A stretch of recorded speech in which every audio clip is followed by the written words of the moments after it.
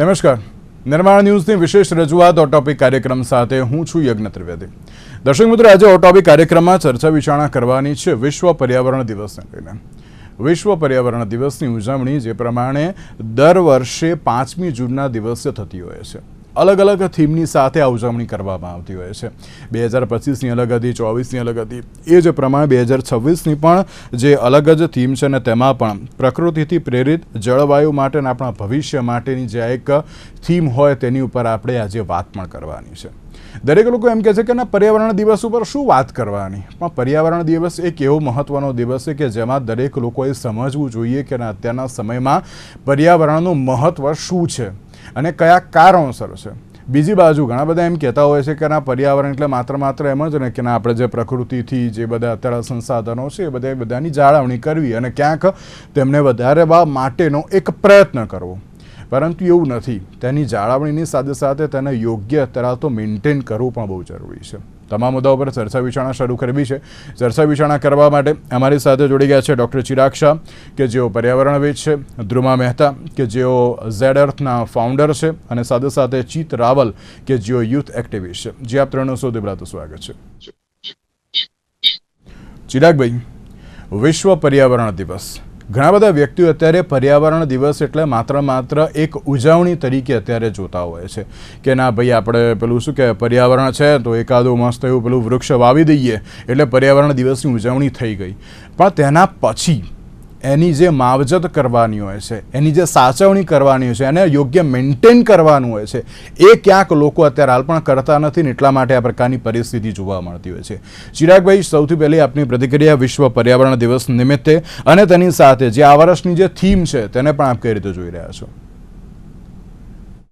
જરૂરથી. એકચ્યુઅલી પર્યાવરણ દિવસની ઉજવણી આપણે ખરેખર રીતના જો કરવી હોય ને તો એકલું વૃક્ષારોપણને મહત્વ ના આપવું જોઈએ. હવે તો એવું કહેવાય છે કે વૃક્ષારોપણની સાથે આપણી એક નાગરિક કર્તવ્યની જિમ્મેદારી. હવે નાગરિક કર્તવ્યની જિમ્મેદારીની અંદર વાત કરીએ, સૌ પ્રથમ આપણે શરૂઆત કરીએ કે સવારથી લઈને સાંજ સુધીમાં જેટલો બને એટલો ઓછો પાણીનો બગાડ ના કરીએ, નંબર 1. નંબર 2, બને એટલું આપણે જે પશ્ચિમના દેશોના જે પ્રસાધનો છે, વસ્તુઓ છે, એ જગ્યાએ આપણે આપણું લોકલ ફોર વોકલ, મતલબ આપણા જે દેશની પ્રોડક્ટ છે એનો યુઝ કરીએ. નંબર 3, આપણા જે સ્વદેશા, સ્વભાષા, જે વસ્તુ છે એની ઉપર આપણે થોડુંક ધ્યાન કેન્દ્રિત કરીએ. અને બહુ મહત્વનું છે કે આપણા જે મતલબ જે નોન રિન્યુએબલ એનર્જી સોર્સિસ છે, જેમાં પેટ્રોલ છે, ડીઝલ છે, ઇલેક્ટ્રિસિટી છે અને એર કન્ડિશન છે, આ બધાને આપણે બને એટલો ઓછો કરવાનો પ્રયત્ન કરીએ. બને એટલા કહેવાય કે આપણે એસીને ટાળીએ. તો આ એક પર્યાવરણની ઉજવણી જો ખરેખરમાં કરવી, અને મેઇન છો તો 5મો મુદ્દો મહત્વનો, આપણે આપણા પોતાના કચરાનું વર્ગીકરણ, એટલે આપણે જે કરીએ છીએ આપણું પોતાનું વર્ગીકરણ કરીએ તો આપણા નગર કે આપણા ભાગ કે વિભાગ કે આપણા દેશ કે આપણા શહેર ઉપર એટલું કચરાનું ભારણ ઘટી જશે. તો આ 5 મુદ્દાઓ પર જો ધ્યાન રાખીને જો આપણે કાર્ય કરીએ તો પર્યાવરણની ઉજવણી મહત્વની જણાશે. આ વખતની જે થીમ છે કે આપણે જળવાયુને બચાવવાનું છે અને પ્રાકૃતિક વસ્તુઓનો આપણે યુઝ કરીને પ્રાકૃતિક જે બી આપણે મતલબ ફોર્મ્યુલેશન યુઝ કરવાનું છે. એટલે અત્યારે બધા પ્રાકૃતિક ખેતી તરફ વળી રહ્યા છે, ઓર્ગેનિક ફાર્મિંગ તરફ વળી રહ્યા છે, ઓર્ગેનિક પ્રોડક્ટ તરફ વળી રહ્યા છે. તો એની સામે મારું એવું કેવું છે કે જેટલું બને એટલું દરેક ઘરની અંદર હું તો એવું માનું છું કે 10x10ની કે 8x10ની બાલ્કની હોય તો આપણે 2-3 વસ્તુ તો આપણે ઘરે બી કિચન ગાર્ડનિંગ બી કરી શકીએ છીએ. તો એના દ્વારા બી આપણે ઓર્ગેનિક ફાર્મિંગની મતલબ પ્રોડક્ટ લેવાની જરૂર નહીં પડે. આપણા ઘરમાં આપણે આપણી વસ્તુની જાતે યુઝ કરી શકીશું. અને મેઇન તો સૌથી વધારે હવે વિશ્વ એ સ્તર ઉપર આવી ગયું છે યજ્ઞભાઈ, આપણે દર વર્ષે પર્યાવરણની વાત કરીએ છીએ કે હવે જો જળવાયુને નહીં બચાવીએ, જો હવે આપણે કાર્બન ડાયોક્સાઇડને કંટ્રોલમાં નહીં કરીએ તો ડેફિનેટલી આવનારા 5 વર્ષ પછી જે વિશ્વની હાલત અને મેઇન આપણે ભારતની જ્યાં પોપ્યુલેશન વધારે છે એની જે દશા થવાની છે એમાં આઈ થિંક કોઈ રોકી નહીં શકે, કોઈ એવી શક્તિ કે કોઈ એવી ટેકનોલોજી રોકી નહીં શકે. ભલે હાઇડ્રોજન એનર્જી લાવે, હું તો કહું છું ભવિષ્યમાં રેડિયોલોજીની કોઈ ટેકનોલોજી લાવે, ગમે તે ટેકનોલોજી લઈને આવશે આ લોકો, પણ આપણી પાસે જ્યાં સુધી વૃક્ષો નહીં હોય, કાર્બન ડાયોક્સાઇડનું પ્રમાણ એટમોસ્ફિયરમાં નોર્મલ નહીં હોય, ત્યાં સુધી આપણે વિશ્વને બચાવી નહીં શકીએ. એટલે આજે પર્યાવરણ દિવસના દિવસે મારી બધાને, તમારા મીડિયમના માધ્યમ દ્વારા મારી એક બધાને વિનંતી છે કે જે મેં 5 પરિબળો તમને કીધા એના ઉપર સૌથી વધારે ફોકસ કરો. બને એટલો આપણે વસ્તુઓનો યુઝ ઓછો કરો, કપડાની ખરીદી પર કંટ્રોલ કરો, તમારી ફરવાની વસ્તુઓ પર કંટ્રોલ કરો, બને એટલું કાર્પોલિંગ કરો, બને એટલું તમે 3 કે 4ના એની જોડે જાઓ કે ટ્રાન્સપોર્ટ અત્યારે સારી આપણા મેટ્રો સિટીમાં મેટ્રોની સગવડ છે, એમટીએસ બીઆરટી સગવડ છે. એટલીસ્ટ વીકની અંદર 2 કે 3 દિવસ તો જાઓ. ભલે આપણી પાસે એવો હોદ્દો હોય કે એવું સ્ટેટસ હોય કે ગાડી લઈને જ જવું છે, પણ હવે એવું રહ્યું નથી. હવે અમારી કોલેજની અંદર પ્રોફેસરો બી સાયકલ લઈને આવતા થઈ ગયા છે બિલકુલ. અને ઈ વ્હીકલ્સ લઈને આવતા થઈ ગયા છે.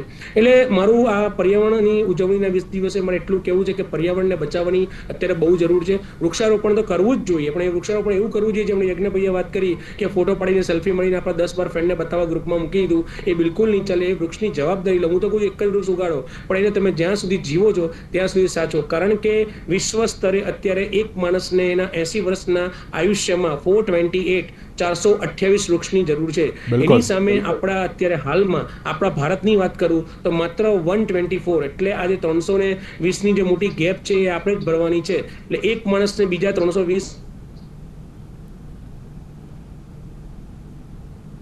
બિલકુલ, અત્યારે વૃક્ષની જરૂરિયાત અત્યારે તો જે પ્રમાણેની છે અને તેની સાથે દરેક લોકોએ ક્યાંક તેને લઈને વિચાર કરવો પણ અત્યારે બહુ જરૂરી છે. ઘણા બધા વ્યક્તિઓ અત્યારે તો એમ વિચારીને બેસતા હોય છે કે ના, અત્યારે અમે પર્યાવરણની સુરક્ષા અત્યારે તો અમે કરીએ તો છીએ, અમારે જેટલી કરવાની છે અત્યારે તો યોગ્ય છે, પણ તેની સાથે રિયલ સેન્સમાં અત્યારે તેની ઉપર કામ કરવું એ બહુ જ જરૂરી છે. ધ્રુવાજી, મારે એક સવાલ હવે આપને પણ પૂછવો છે કે જ્યારે અત્યારે ઘણા બધા વ્યક્તિઓ, જે રીતે મેં શરૂઆતમાં કહ્યું ને પછી જે પ્રમાણે ચિરાગભાઈએ પણ કહ્યું ને કે અત્યારે ઘણા બધા વ્યક્તિઓ એ ટ્રી પ્લાન્ટેશન કરી દેતા હોય છે, પછી શું આ કરી દીધું, સેલ્ફી પાડી દીધી, ઇન્સ્ટાગ્રામમાં સ્ટેટસ મૂકી દીધું, ફેસબુકમાં બધાને બતાવી દીધું કે ભાઈ જો મેં આજે પર્યાવરણ દિવસે મેં મસ્ત ટ્રી પ્લાન્ટેશન કરી દીધું, મેં મારી જવાબદારી પૂરી કરી દીધી. પછી એના મેન્ટેનન્સનું શું, એ સૌથી મોટો ક્યાંક સવાલ જોવા મળતો હોય છે. એ ક્યાંક લોકો કરતા નથી. તો એ જ પ્રમાણે અત્યારે દરેક લોકોએ આગળ વધવું પણ કેટલું જરૂરી છે.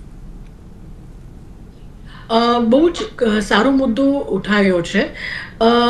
જ્યારે ગવર્મેન્ટ એક કામ કરતી હોય છે, આપણી મ્યુનિસિપલ કોર્પોરેશન એક કામ કરતી હોય છે કે અમે લોકો આ વખતે 50 મિલિયન એટલે કે 5 મિલિયન અમે લોકો વૃક્ષો વાવવાના છે, વર્સિસ એનું માવજત એ ખાલી એ લોકોની રિસ્પોન્સિબિલિટી નથી, એ આપણી પણ રિસ્પોન્સિબિલિટી છે એઝ અ નાગરિક.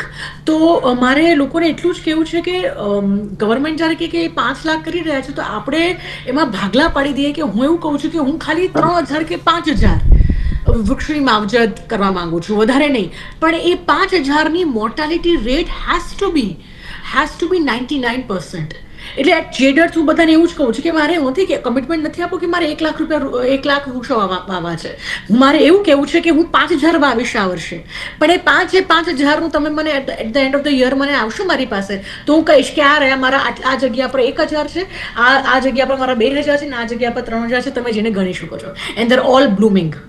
So all I have to say to people કે ભાઈ એક રિસ્પોન્સિબિલિટી તરીકે આને લો અને એક મજા તરીકે લો, એક એક્ટિવિટી તરીકે લો, તો તમને બહુ જ મજા આવશે આ કરવા માટે.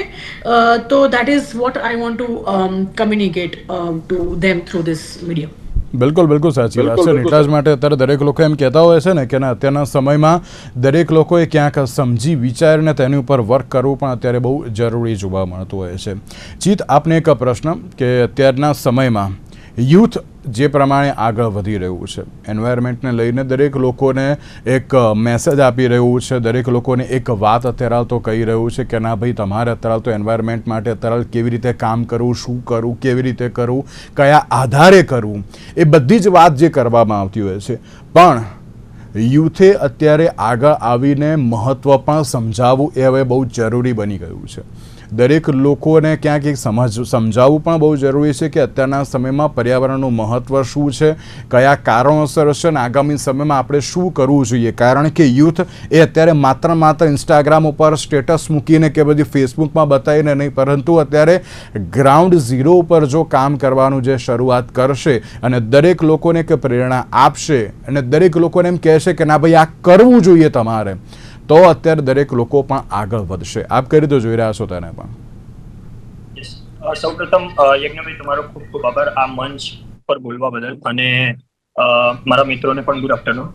યસ, આજની જ હું વાત કરું તો પર્યાવરણને લઈને મેં આજે બહુ જ અનોખો જે કહેવાય ને કે એક ઇમેજ જોઈ કે ત્યાં આજે હું રિવરફ્રન્ટ ઉપર અમારા સંગઠનના વ્યક્તિઓ સાથે હું ગયો હતો સાબરમતી ક્લીનઅપ ડ્રાઈવ કરવા માટે. તો ત્યાં ઘણું બધું જોવા મળ્યું. મતલબ બહુ જ બધા જે નાના યુથ છે, નાના છોકરાઓ છે, વિદ્યાર્થીઓ છે, NSSના છોકરાઓ હતા, અમારા જેવા કેટલાય યુથ હતા, એ બધા ત્યાં હાજર હતા. અને એક જ વાત થઈ રહી હતી કે જ્યારે નદી વહેતી હોય છે ત્યારે આપણને એવું લાગતું હોય છે કે આ તો કેટલું સરસ પાણી દેખાય છે, પણ જ્યારે પાણી ખાલી હતું ત્યારે સમજમાં આવ્યું કે આપણે પર્યાવરણનું જતન કઈ રીતે કરીએ છીએ.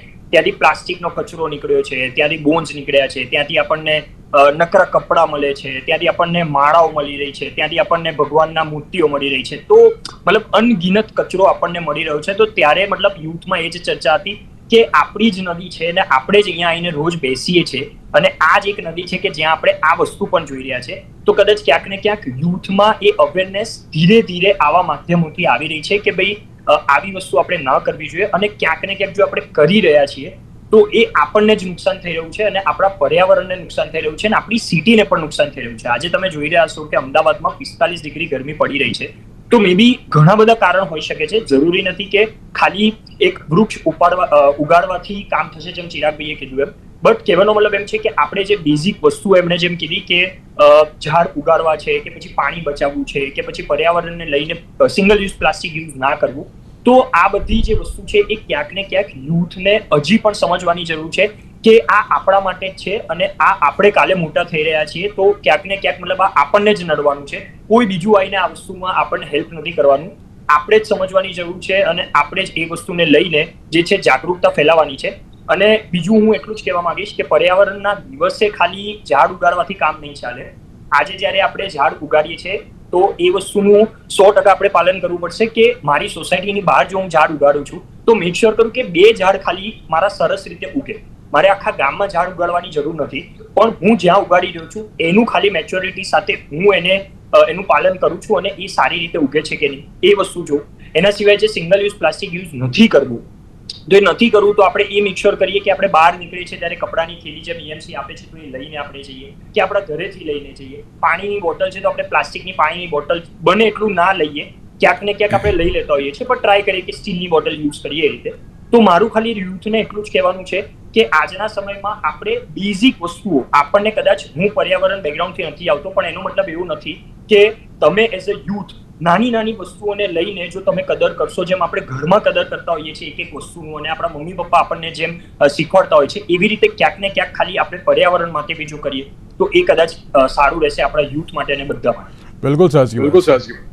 પણ તમે જે રીતે કપડાની થેલીની વાત કરીને ચિતભાઈ, તો એક વસ્તુ બહુ સાચી કહું કે અત્યારે ઘણા બધાને આપણે પહેલાંથી જે આપણા જે દાદા હતા ને એ બધા તો ઘરે જે પેલું કહેવાય ને કે ના જે કપડું યુઝ ન કરવાનું એની પણ થેલીઓ બનાવતા હતા. પણ અત્યારે તો કપડાની થેલી બહાર નીકળે તો કઈ પોઝિશનમાં પંચર પડે, આવું તો લઈને જવાતું હોય? કેવું લાગે બહાર? અત્યારે તો લોકો જોશે તો મને અત્યારે તો શું કહેશે એવું ક્યાંક લોકો વિચારતા હોય છે. પ્લાસ્ટિકની બોટલ, પાણીની બોટલ ઘરેથી લઈને આવવાની? ના ના, આવું ના કરાય. કેમ? બહાર મળે તો છે, 10 રૂપિયા ખર્ચી કાઢવાના, પીને નાખી દેવાની, કોઈ વાંધો નહીં આવે. પણ એ લોકો એમ નથી વિચારતા કે ના, તમારી અત્યારે તો એક આ પ્રકારની ભૂલ એ ક્યાંક પર્યાવરણને પણ નુકસાન પહોંચાડી શકે છે. ધ્રુમાજી, એક સવાલ મારે આપને હવે પૂછવો છે કે અત્યારે તમે ઘણા બધા ટ્રી પ્લાન્ટેશન એ બધાને લઈને જો વર્ક કરો છો, જેમ હું એક જે કમ્યુનિટીને જાણું છું, અમદાવાદ શેપર્સ કમ્યુનિટી, કે જે અત્યારે એન્વાયરમેન્ટને લઈને ઘણું બધું જે વર્ક કરે છે અને તેમણે અત્યારે એમ કહેવાય ને કે એન્વાયરમેન્ટ માટે કામ કર્યું છે, દરેક લોકો સુધી પહોંચ્યા પણ છે. તેવું લાગે છે કે અત્યારે જે તમારા જેવા જે પણ કોઈ NGOs ચલાવે છે કે પછી ટ્રી પ્લાન્ટેશન ઉપર વર્ક કરે છે, એ બધાએ અત્યારે તો આ પ્રકારની જે કોમ્યુનિટી, એટલે કે જે આ બધા ગ્રુપ્સ છે, બધા યુથ એક્ટિવિસ્ટના જે બધા ગ્રુપ છે, એ બધા એક મળીને હવે ક્યાંક એન્વાયરમેન્ટ ઉપર વર્ક ચાલુ કરવું જોઈએ તેમ. અને જો સારામાં સારું કામ કરશો, અને અત્યારનો જમાનો એક જ છે કે ના સોશિયલ મીડિયા ઉપર પોસ્ટ મૂકો, બસ એ 1 મિલિયન થઈ જાય ને તો આપોઆપ લોકો એમને પેલું કહે ને કે મોટિવેટ થઈ જશે કે ના ભાઈ આ જો આમાં તો ફોલોવર્સ મળે છે, આમાં લાઇક મળે છે, તો ચલો કેમ આપણે ના કરીએ. ચલો એ બહાને પણ લોકો ક્યાંક આગળ તો આવશે. એટલે એવું લાગે છે કે ના હવે યુથે બધાએ ભેગા મળીને હવે આની ઉપર કામ ચાલુ કરવું જોઈએ તેમ. ભાઈ, બહુ સાચો મુદ્દો તમે ઉઠો કર્યો છે.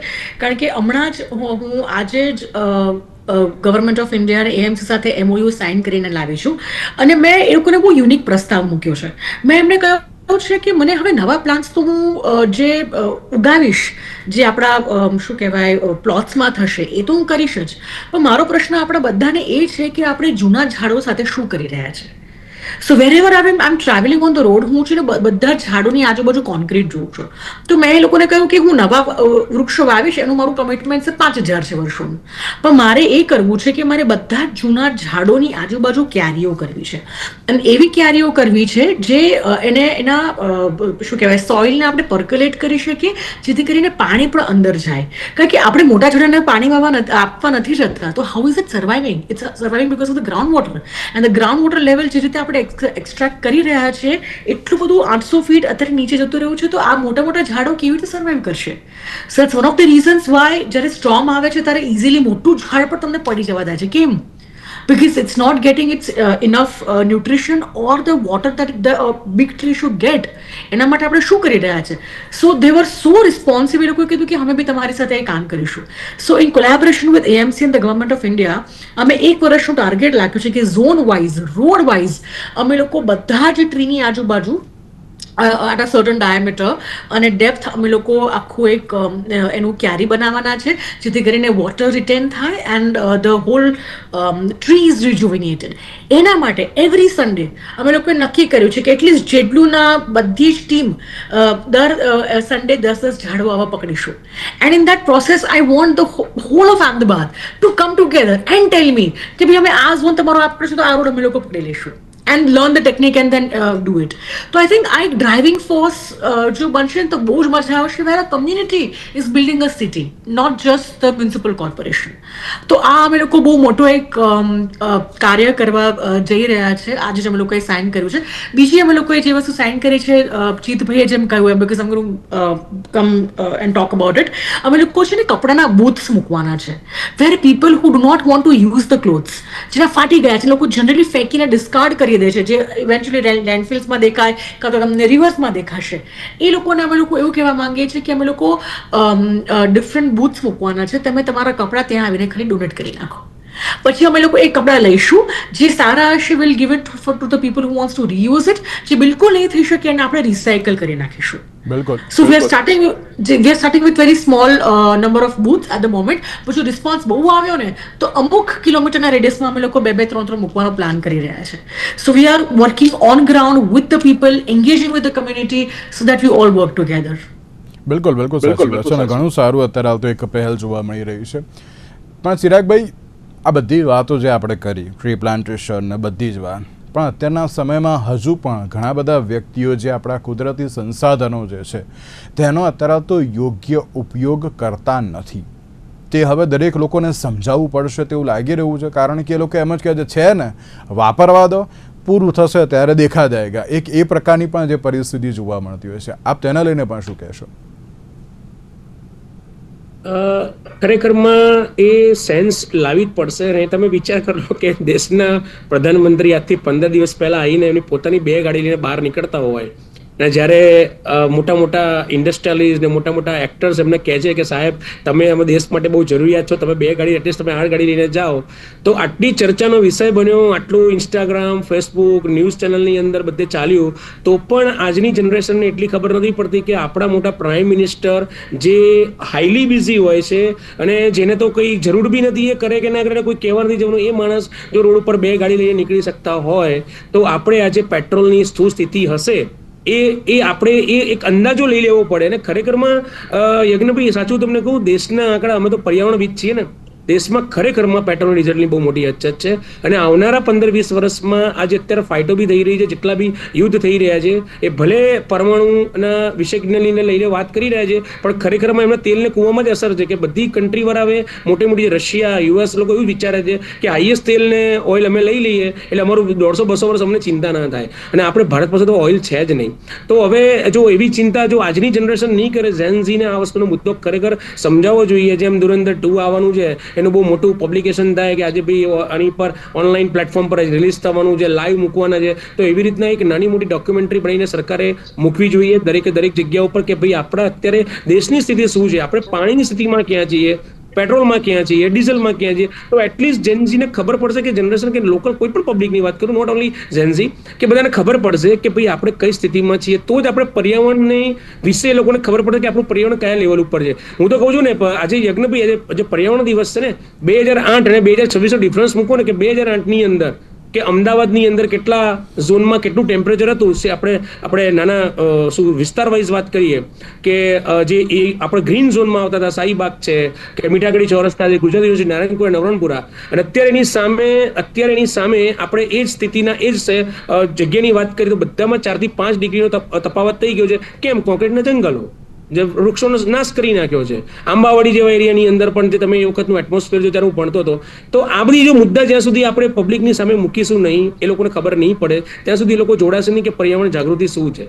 એટલે આ એક આજના પર્યાવરણના દિવસે આવી રીતના સરકારે બી ઇનિશિયેટિવ લેવું જોઈએ અને એનું બને એટલું પબ્લિસિટી કરવી જોઈએ, કારણ કે એક વાર કહેવામાં કોઈ સાંભળશે નહીં. અને લોકો બહુ સારું કામ કર્યું નથી કે મ્યુનિસિપાલિટી બી મોટા મોટા બેનર્સ મૂક્યા છે કે પ્લાસ્ટિક ના યુઝ કરો, તમે કપડાની થેલી યુઝ કરો, પાણી ના નાખો. એ લોકો બધા ઘણા બધા સારા એપ્રોચ કરી રહ્યા છે, પણ એને પબ્લિક સુધી પહોંચાડવા માટે સતત એને કોન્સ્ટન્ટ એ વસ્તુનો મતલબ પ્રયોગ કરવામાં આવે તો જ એની સક્સેસ આપણે પહોંચી શકીશું. બાકી અધરવાઇઝ તો પર્યાવરણ બચાવવું અત્યારે બહુ અઘરું થઈ જશે. બિલકુલ સાચું. અને હું તો એમ જ કહું છું કે ના, આપણે ખાલી ટ્રી પ્લાન્ટેશનની વાત એક જ દિવસે કરવાની, 5મી જૂન હોય ત્યારે જ, અને પેલું અર્થ ડે હોય ત્યારે, બસ એમને કંઈ કરવાની જ નહીં આપણે. પછી તો પેલું કહેવાય ને કે ના, હવે દરેક લોકો એક બહુ શરૂઆત સરસ કરી છે. હમણાં જ એક ગ્રુપની એક સાથે મેં મુલાકાત કરી હતી, ત્યારે એમણે એમ કહ્યું હતું કે અમે અમારી ગ્રુપમાં કોઈની પણ બર્થડે હોય તો અમે એ દિવસે અમે ટ્રી પ્લાન્ટેશન કરીએ છીએ. અને જ્યાં જ્યાં અમે ટ્રી પ્લાન્ટેશન કર્યું છે પણ એનું હવે અમે મેન્ટેન પણ અમે પોતે જ હવે તેને કરીએ છીએ. એમ કહેવાય ને કે ના, રોજને અત્યારે હાલ કોઈને ટાઈમ નથી હોતો, પણ અમે એક દિવસ ત્યાં જઈએ, પાણી અત્યારે હાલ તુજે આપવાનું હોય, તેની આજુબાજુ જે સફાઈ કરવાની, બધું અમે અત્યારે હાલ તો કરતા આવીએ છીએ. એટલે આ એક નવી જે શરૂઆત થઈ છે, બહુ સારી થઈ છે, એમાં કોઈ શંકાને સ્થાન નહીં. પણ ચિતભાઈ, એવું લાગે છે કે ના, હવે ક્યાંક યુથે હવે જવાબદારી લેવી એ બહુ જરૂરી બની ગઈ છે આ તમામ બાબતે. કારણ કે હું છું, ધ્રુમાજી છે, ચિરાગભાઈ છે, અમે લોકો તો છે ને પેલું કહેવાય ને કે ના, શો કરીને થાકી જઈશું, ચર્ચાઓ કરીને બધું પેલું કહેવાય ને કે ના, અમે પૂર્ણ વિરામ પણ લાવી દઈશું, પણ એની ઉપર વર્ક કરવાની જવાબદારી હવે યુથે લેવી પડશે. દરેક લોકોએ આગળ આવવું પડશે. અને તમે લોકો તો અત્યારે તો બધે ગ્રુપ બહુ સારા એવા છે, તો તેની ઉપર હવે વર્ક ચાલુ કરવું જોઈએ. તેવું નથી લાગતું હવે તમારે પણ?